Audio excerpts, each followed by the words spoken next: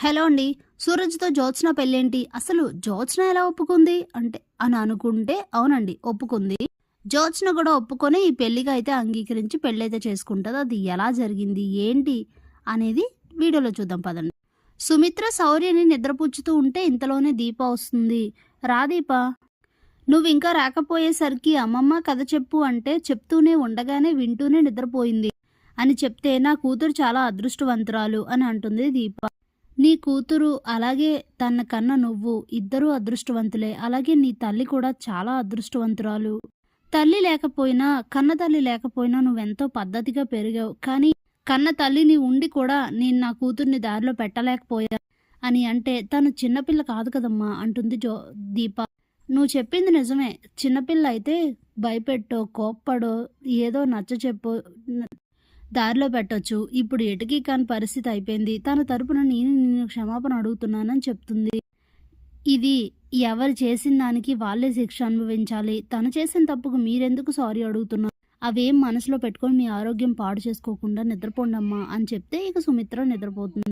దీప అలా కాసేపు ఏంటి అనవసరంగా దీని వలన మా అమ్మ బాధపడుతుంది అని ఆలోచిస్తూ ఇక తను కూడా నిద్రపోతుంది. ఇంతలో ఉదయం అవుతుంది. ఉదయాన్నే అందరూ రెడీ అయ్యి ఆఫీస్కి అయితే బయలుదేరతారు.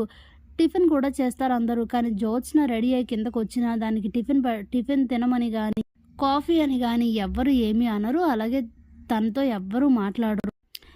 ఇంతకు ముందంతా మమ్మీ నన్ను ఎంతో సపోర్ట్ చేసేది. కానీ ఈ నిన్న నేను చేసిన పనికి మమ్మీ కూడా నాకు యాంటీ అయిపోయింది. అలా చేసేసారు వీళ్ళందరూ. దీనంతటికీ కారణం ఆ సూరజ్ గాడే.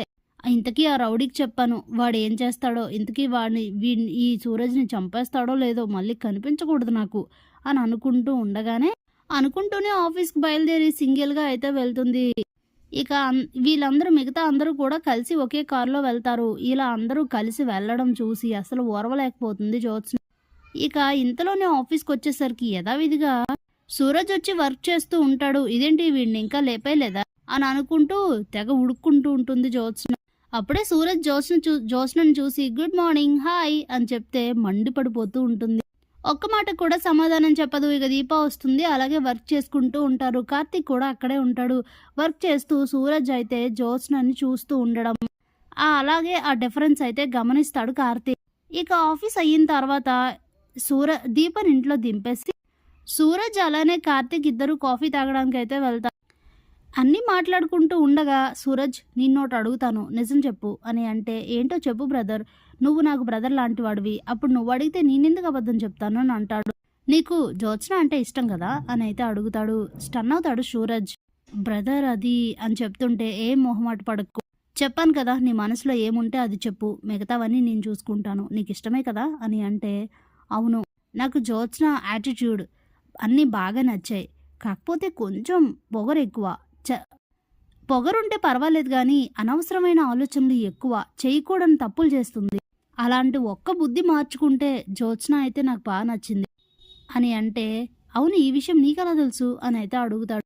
నేను ఈవినింగ్ మీ ఇద్దరు బయట మాట్లాడుకోవడం నేను విన్నాను. అలాగే ఒక ఫ్లోలో నువ్వు తనకి ఐ లవ్ యూ చెప్పడం కూడా నేను విన్నాను.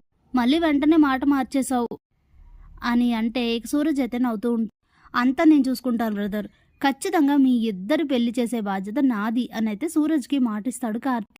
ఇక అక్కడి నుంచి వెళ్ళిన తర్వాత దశరథ్ అలాగే శివనారాయణ ఇద్దరిని పిలిచి కార్తీక్ అయితే మాట్లాడి సూరజ్ విషయం చెప్తాడు.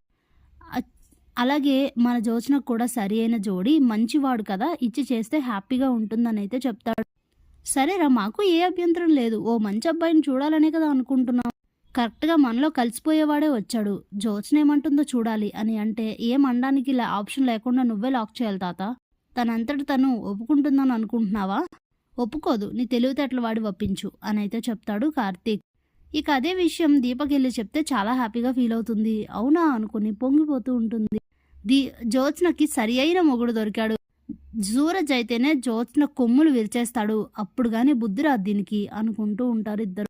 మరుసటి రోజు ఉదయం అందరూ రెడీ అయి బయటికి రాగానే వచ్చి యథావిధిగానే బయటకు వెళ్ళిపోతున్న జ్యోత్స్నని ఆగమని పిలుస్తాడు శివనారాయణ. ఏంటి తాత, నా మీదో మండుపాటుగా ఉన్నారు కదా, నేను చేసిన ఓ చిన్న తప్పును పట్టుకొని నాతో మాట్లాడడం మానేశారు కదా, ఎందుకు పిలిచారు, ఏమైంది అని అడిగితే, నీకు పెళ్లి సంబంధం చూసాను, నువ్వు పెళ్లి చేసుకోవాలని అయితే చెప్తాడు.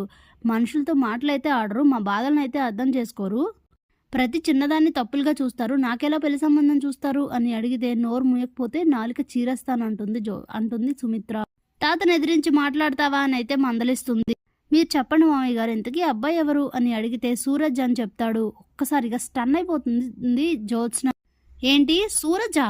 వాడిని ఎవడైనా తెలిసిన అసలు బుర్రున్న ఎవరైనా పెళ్లి చేసుకుంటారా అని అంటే, అందుకే నిన్ను చేసుకోమనేది అంటాడు కార్తీక్.